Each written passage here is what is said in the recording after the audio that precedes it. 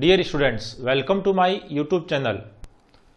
Passive voice के अंतर्गत हमने इसका introduction, passive voice of present tense and passive voice of past tense का अध्ययन कर लिया। आज हम passive voice of future tense का अध्ययन करेंगे, जिसमें फ्यूचर टेंस से संबंधित सेंटेंस की हम पैसिव वॉइस बनाना सीखेंगे।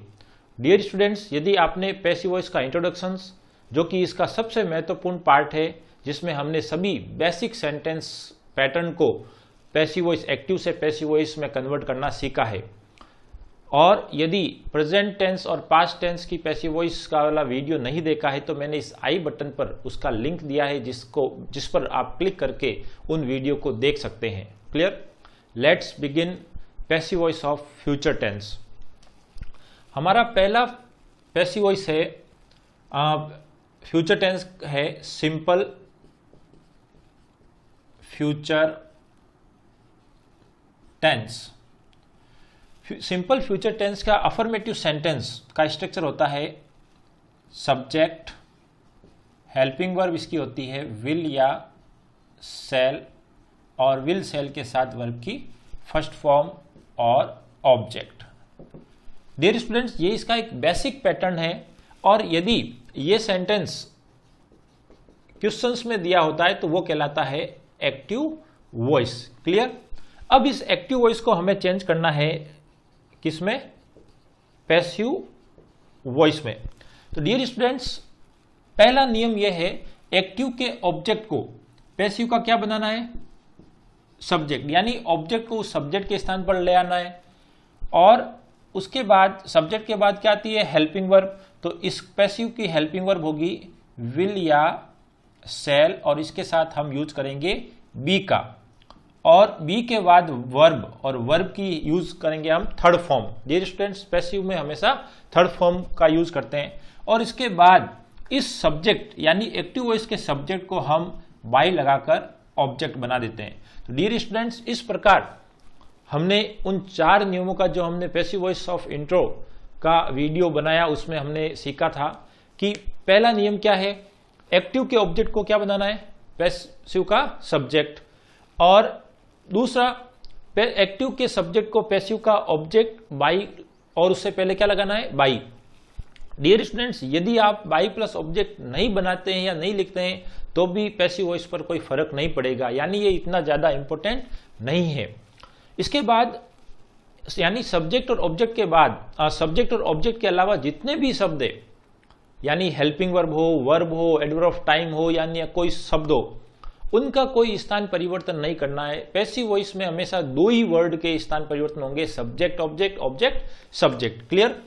डियर स्टूडेंट्स, बाकी सभी का स्थान वही रहेगा, यानी यहाँ हेल्पिंग वर्ब सब्जेक्ट के बाद है तो यहाँ पर भी सब्जेक्ट के बाद, लेकिन इनका रूप परिवर्तन यानी एक फॉर्म में चेंज होगा। यानी यहाँ पर विल सेल है तो विल सेल है, लेकिन हमने इसके साथ क्या लगाया? बी। क्लियर? और चौथा रूल ये है कि वर्ब पैसिव वॉइस की हमेशा थर्ड फॉर्म होती है। Third form of the verb we use in passive voice. तो यहां पर हमने वर्ब फर्स्ट फॉर्म को किस में चेंज कर दिया? वर्ब की थर्ड फॉर्म। तो डियर स्टूडेंट्स, ये हमारा एक अफर्मेटिव का बेसिक पैटर्न हो गया, जिसको हमने एक्टिव से पैसिव बनाना सीखा। एक एग्जाम्पल करके देखते हैं इसका। Ramesh will call me tomorrow.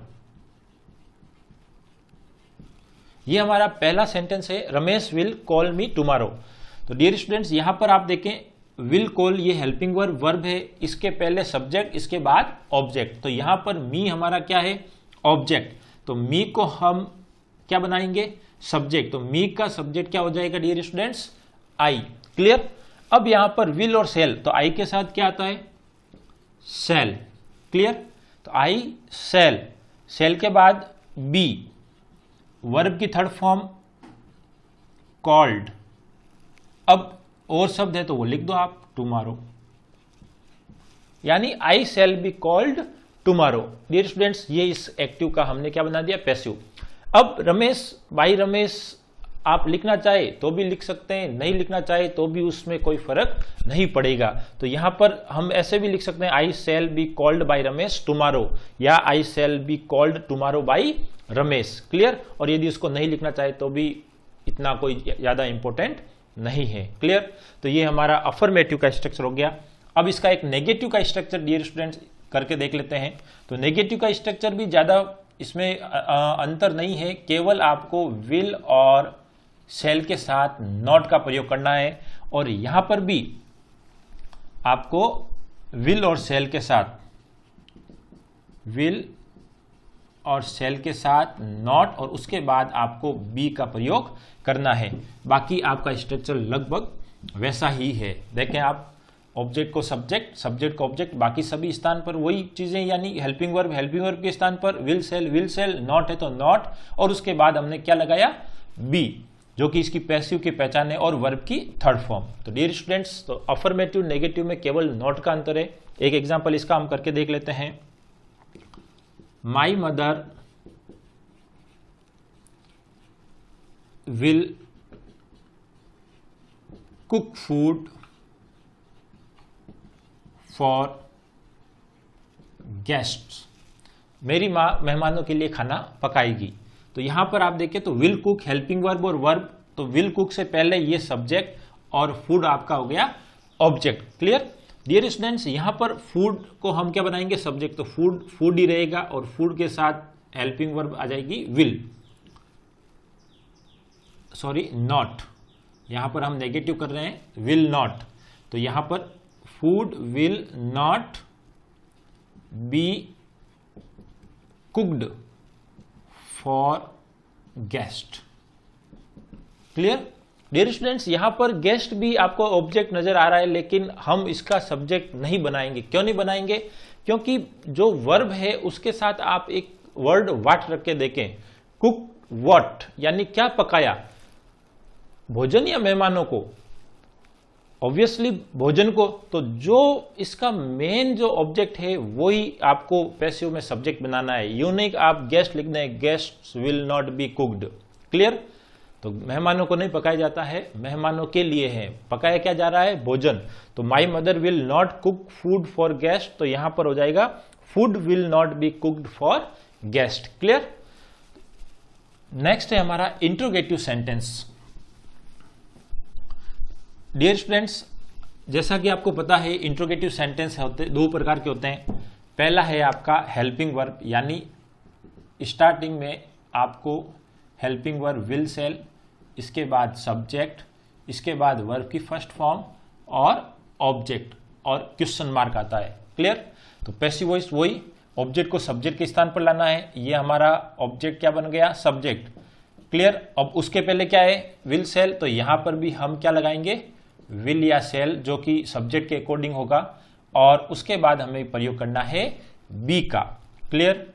उसके बाद वर्ब हमेशा थर्ड फॉर्म होती है पैसिव में, और उसके बाद यदि कोई अन्य शब्द है ठीक, नहीं तो सब्जेक्ट को चाहे तो आप बाई लगाकर इसका क्या बना सकते हैं, ऑब्जेक्ट, और लास्ट में क्वेश्चन मार्क। क्लियर?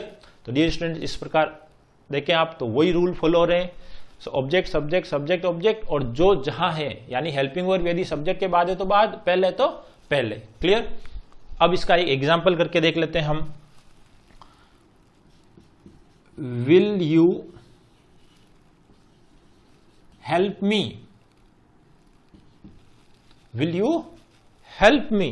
तो डियर स्टूडेंट्स, यहां पर आप देखें तो विल यू हेल्प मी एक इंट्रोगेटिव सेंटेंस है, किसका, फ्यूचर टेंस का, सिंपल फ्यूचर टेंस का। विल यहां पर हेल्पिंग वर्ब, यू क्या है, सब्जेक्ट, हेल्प क्या है, वर्ब, और मी क्या है, ऑब्जेक्ट। तो वर्ब से पहले सब्जेक्ट और वर्ब के बाद ऑब्जेक्ट, तो उसके अकॉर्डिंग हमें यहां पर पैसिव वॉइस बनानी है। तो डियर स्टूडेंट्स, ऑब्जेक्ट क्या है, मी, तो मी का हम क्या बनाएंगे, सब्जेक्ट। अब सब्जेक्ट से पहले क्या लगाना है, विल सेल। तो विल और सेल किस पर डिपेंड करेगा, पैसिव के सब्जेक्ट पर। यूनिक विल है तो आप यहां विल लिख दें तो सेंटेंस आपका रॉन्ग हो जाएगा। यहां पर सेंटेंस आई के अकॉर्डिंग, यहां पर जो हेल्पिंग वर्ब आएगी वो आई के अकॉर्डिंग, तो यहां आएगी सेल, तो सेल आई, फिर बी, अब वर्ब की थर्ड फॉर्म हेल्प्ड। अब बाई यू आप लिखना चाहे तो ठीक, नहीं तो इतना कोई जरूरी नहीं है, और क्वेश्चन मार्क। तो विल यू हेल्प मी की पैसिव वॉइस क्या हो जाएगी, shall I helped by, shall I be helped by you. Clear? तो डियर स्टूडेंट्स, इस प्रकार ये इंट्रोगेटिव जो हेल्पिंग वर्ब से शुरू होता है उसकी हमने पैसिव वॉइस सीखी है। अब यहां पर एक और होता है, वो है WH वर्ड वाला। WH वर्ड्स, फिर हेल्पिंग वर्ब, फिर सब्जेक्ट, वर्ब की फर्स्ट फॉर्म और ऑब्जेक्ट। तो वही है, केवल आपको क्या करना है, WH वर्ड का यूज करना है, आपकी पैसिव वॉइस हो जाएगी। केवल एक हु का अंतर है, वो हमने सीख लिया है। इसका एक सेंटेंस करके देख लेते हैं। Why will you follow traffic rules. Why will you follow traffic rules, ये आपका इंट्रोगेटिव सेंटेंस है। तो डियर स्टूडेंट्स, वाई पहले है तो हम यहाँ पर वाई पहले लगाएंगे, और यहाँ पर देखिए फॉलो वर्ब है तो फॉलो के पहले सब्जेक्ट, और ये ट्रैफिक रूल्स हो गया आपका ऑब्जेक्ट। तो ट्रैफिक रूल्स को हम बनाएंगे सब्जेक्ट, तो ट्रैफिक रूल्स के अकॉर्डिंग हम यूज करेंगे हेल्पिंग वर्ब विल। यहाँ पर विल है इसलिए हमने विल का यूज यहाँ पर नहीं किया है, बल्कि यहाँ पर जो सब्जेक्ट बनेगा उसके according traffic rules be followed. Clear? और लास्ट में क्वेश्चन मार्क, या आप बाई यू लिखना चाहे तो वो भी आप लिख सकते हैं। तो हमारा ये क्या स्ट्रक्चर हो गया, सेंटेंस क्या हो गया, why will you follow traffic rules का why will traffic rules be followed. Clear? एक हु का करके देख लेते हैं हम।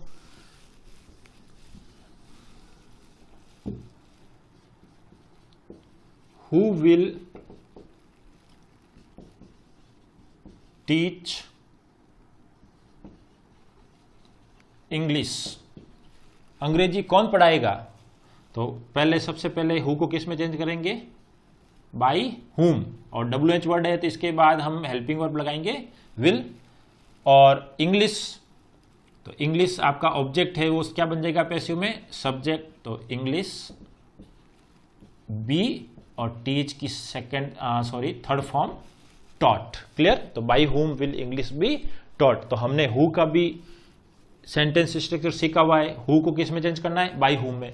यदि आप हु को हु रखते हो तो आप इस प्रकार सेंटेंस बना सकते हो, who co who will English be taught, और पीछे आप क्या लगा दें, बाई और क्वेश्चन मार्क। डियर स्टूडेंट्स, इस प्रकार हमने सिंपल फ्यूचर टेंस की पैसिव वॉइस बनाना सीख लिया है।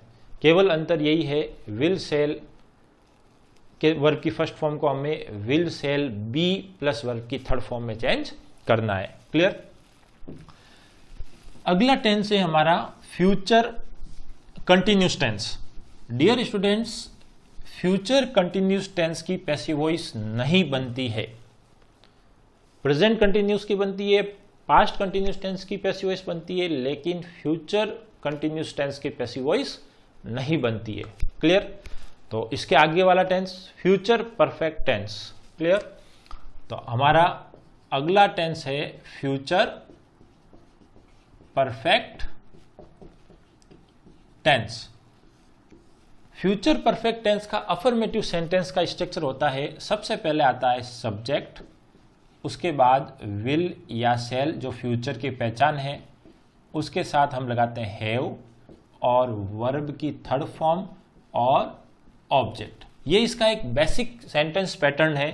तो डियर स्टूडेंट्स, हम क्या करेंगे, दिए गए सेंटेंस यानी एक्टिव को हम क्या बनाएंगे, पैसिव का सब्जेक्ट। तो एक्टिव के ऑब्जेक्ट को हमने क्या बना दिया, पैसिव का सब्जेक्ट, ऑब्जेक्ट, सब्जेक्ट, और सब्जेक्ट को चाहे तो बना दे बाई लगाकर उसका ऑब्जेक्ट। क्लियर? अब बाकी जो भी वर्ड है उसी स्थान पर, यानी हेल्पिंग वर्ब है वो सब्जेक्ट के बाद है, तो यहां पर भी सब्जेक्ट के बाद विल सेल। अब यहां पर विल सेल के बाद बी नहीं लगाना, यहां पर हैव है तो हैव ही रखना है, और हैव के साथ आपको लगाना है बीन। क्या लगाना है, बीन। क्लियर? और वर्ब की थर्ड फॉर्म ऑलरेडी दी हुई है, तो हमें वर्ब की थर्ड फॉर्म का प्रयोग वैसा का वैसा रखना है, यानी वही करना है। इसका एक सेंटेंस स्ट्रक्चर हम करके देख लेते हैं। Ram will have completed this project तो यहां पर आप देखें Ram will have completed this project, तो will have completed, will have आपकी हेल्पिंग वर्ब, कंप्लीटेड वर्ब, तो इससे पहले राम क्या हो गया सब्जेक्ट और दिस प्रोजेक्ट क्या हो गया ऑब्जेक्ट। तो दिस प्रोजेक्ट हमारा क्या बन जाएगा पैसिव का सब्जेक्ट, तो दिस प्रोजेक्ट। अब विल, तो प्रोजेक्ट के साथ क्या आएगा विल हैव बीन, और वर्ब की थर्ड फॉर्म जैसी है वैसे ही लिख दो, आपका सेंटेंस सही हो जाएगा।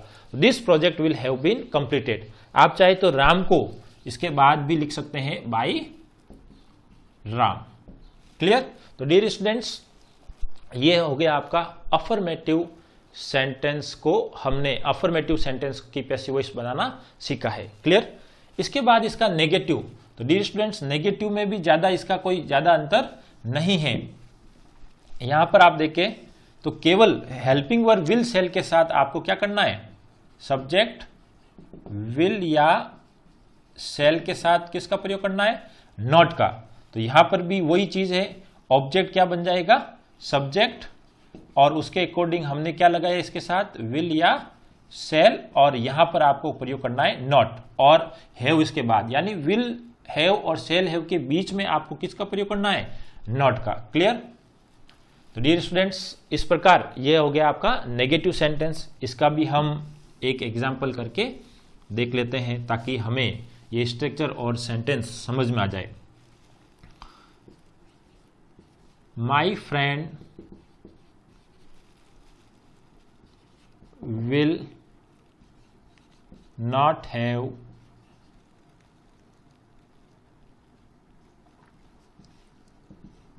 finished his homework। यहां पर आप देखें तो will not have helping verb, finished verb, उसके पहले माई फ्रेंड सब्जेक्ट और हिज होमवर्क, यानी मेरे मित्र ने उसका किसी अन्य का कार्य नहीं किया, नहीं कर चुका था। तो यहां पर आपका हिज होमवर्क क्या है हिज होमवर्क, ऑब्जेक्ट का हमने क्या बना दिया सब्जेक्ट, इसके अकॉर्डिंग क्या आएगा विल नॉट हैव के बाद बीन, वर्ब की थर्ड फॉर्म फिनिश्ड है ही बस। तो his homework will not have been finished, उसका गृह कार्य है वो समाप्त नहीं किया जा चुका था। क्लियर। तो इस प्रकार हमने नॉट यानी नेगेटिव सेंटेंस का भी स्ट्रक्चर सीखा है। अगला है हमारा interrogative sentence. Dear students, interrogative sentence सबसे पहले विल या सेल वाला, यानी हेल्पिंग वर्ब से शुरू होने वाला, उसके बाद सब्जेक्ट, इसके बाद आता है हैव, वर्ब की थर्ड फॉर्म और ऑब्जेक्ट एंड क्वेश्चन मार्क। तो डियर स्टूडेंट्स, विल सेल पहले है तो पैसिव वॉइस में भी हम क्या रखेंगे विल और सेल पहले रखेंगे, लेकिन आएगी किसके अकॉर्डिंग जो हम ऑब्जेक्ट का सब्जेक्ट बनाएंगे उसके अकॉर्डिंग, न कि यहां पर जो दी हुई है वही। यहां पर ऑब्जेक्ट जो सब्जेक्ट बनेगा उसके अकॉर्डिंग हम विल सेल का प्रयोग करेंगे। उसके बाद हैव के साथ लग जाएगा बीन, वर्ब की थर्ड फॉर्म, और इसको चाहे तो बाई ऑब्जेक्ट लिख सकते हैं और लास्ट में question mark. For example will you have enjoyed the party, will you have enjoyed the party. तो यहां पर आप देखें एंजॉयड हैव, इससे पहले ये सब्जेक्ट, ये आपका हो गया ऑब्जेक्ट। तो यहां पर ऑब्जेक्ट द पार्टी के अकॉर्डिंग हम क्या लगाएंगे हेल्पिंग वर्ब विल। तो will the party be have been enjoyed. Clear. और लास्ट में लिखना चाहे तो बाय यू, नहीं तो क्वेश्चन मार्क। तो will you have enjoyed the party, इसकी पैसिव वॉइस क्या बनेगी will the party have been enjoyed. Clear. तो डियर स्टूडेंट्स, ये हो गया आपका इंटेरोगेटिव जो हेल्पिंग वर्ब से शुरू होता है उसकी पैसिव वॉइस। एक इंटेरोगेटिव है जब इससे पहले WH वर्ड आ जाए, यानी WH वर्ड से शुरू होने वाले सेंटेंस। तो कुछ नहीं करना है, केवल आपको उसके पहले WH वर्ड रखना है, बाकी वही ऑब्जेक्ट सब्जेक्ट सब्जेक्ट ऑब्जेक्ट बाकी सभी अपने स्थान पर, यानी WH वर्ड है तो WH वर्ड, विल सेल है तो विल सेल, उसके बाद हैव बीन वर्ब की थर्ड फॉर्म। एक एग्जांपल इस काम करके देख लेते हैं।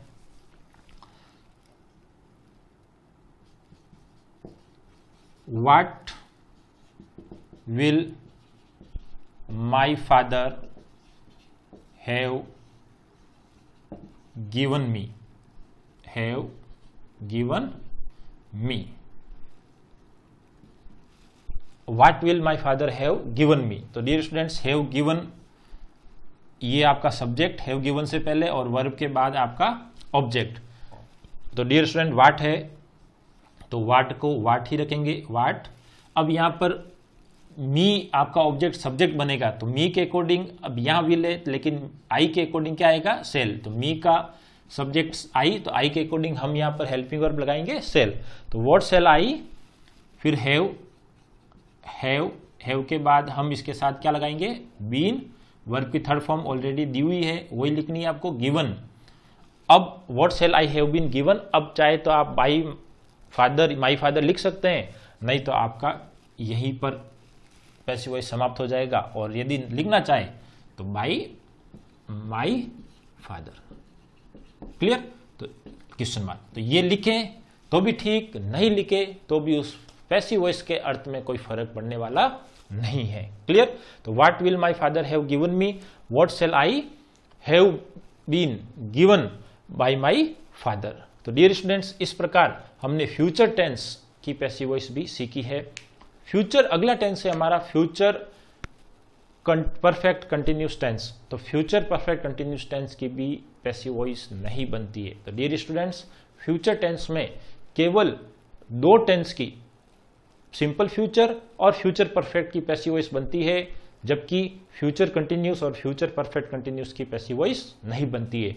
एक बार हम फटाफट फ्यूचर सिंपल और फ्यूचर परफेक्ट के दोनों हेल्पिंग वर्ब्स, दोनों टेंस की हेल्पिंग वर्ब्स को किस प्रकार पैसिव में चेंज करेंगे वो सीख लें। तो डियर स्टूडेंट्स यदि सेंटेंस एक्टिव है और इसको पैसिव में चेंज करना है तो डियर स्टूडेंट्स रूल वही, दिए गए सेंटेंस के ऑब्जेक्ट को सब्जेक्ट, सब्जेक्ट को ऑब्जेक्ट। हेल्पिंग वर्ब यदि विल या सेल प्लस वर्ब की फर्स्ट फॉर्म में, तो पैसिव बनाते समय उसको हम विल या shall plus be plus verb की थर्ड फॉर्म में चेंज करेंगे।